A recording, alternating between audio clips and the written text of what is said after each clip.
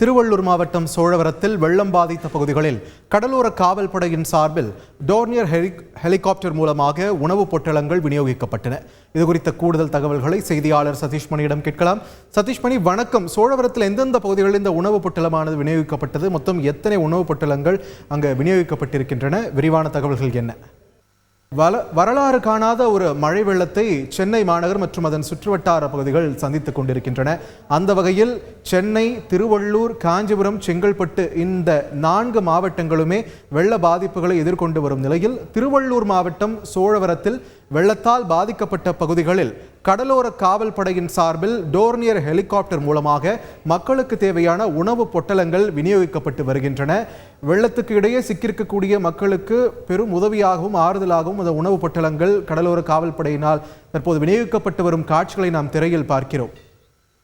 கூடுதல் விவரங்களை செய்தியாளர் சதீஷ்மணியிடம் கேட்கலாம். சதீஷ்மணி, வணக்கம். இப்போ கடலோர காவல் படையின் மூலமாக விநியோகிக்கப்படும் இந்த பொட்டலங்கள் சோழவரத்தில் எந்தெந்த பகுதிகளில் விநியோகிக்கப்பட்டிருக்கு, எத்தனை பொட்டலங்கள் விநியோகிக்கப்பட்டிருக்கு, என்ன சொல்லியிருக்காங்க இது சம்பந்தமாக கடலோர காவல் படை தரப்பிலிருந்து? விரிவாக பதிவு பண்ணுங்க.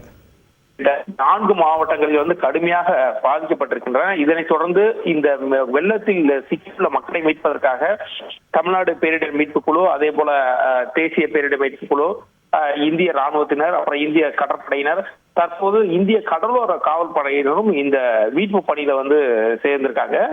சோழாவரம், திருவள்ளூர் மாவட்டம் சோழாவரம் பகுதியில கிட்டத்தட்ட ஏராளமான இடங்கள்ல ஒரு கட்டிடங்களுடைய தரைதளமே மூழ்கிற அளவுக்கு வெள்ள நீர் மூழ்கி சுற்றி இருக்கிறது.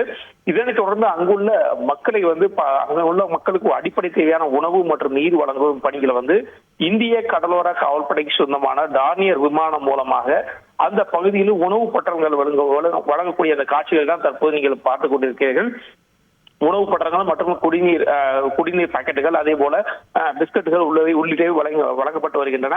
தொடர்ந்து சோழாவரம் மற்றும் அதனை சுற்றியுள்ள பகுதிகளிலும் பாதிக்கப்பட்ட பகுதிகளில் இதே போல தண்ணீர் சூழ்ந்ததால் வெளிவர முடியாத நிலையில் உள்ள மக்களை கண்டறிந்து அவர்களுக்கு இந்த அடிப்படை தேவையான உணவு மற்றும் குடிநீர் ஆகியவற்றை வழங்கும் பணியில ஈடுபட்டு வருவதாக கடலோர காவல் படையினர் தெரிவித்திருக்கிறாங்க. நன்றி சதீஷ்மணி, உங்களோட விரிவான தகவல்களுக்கு. செய்திகளை உடனுக்குடன் தெரிந்து கொள்ள உடனே சப்ஸ்கிரைப் பண்ணுங்க.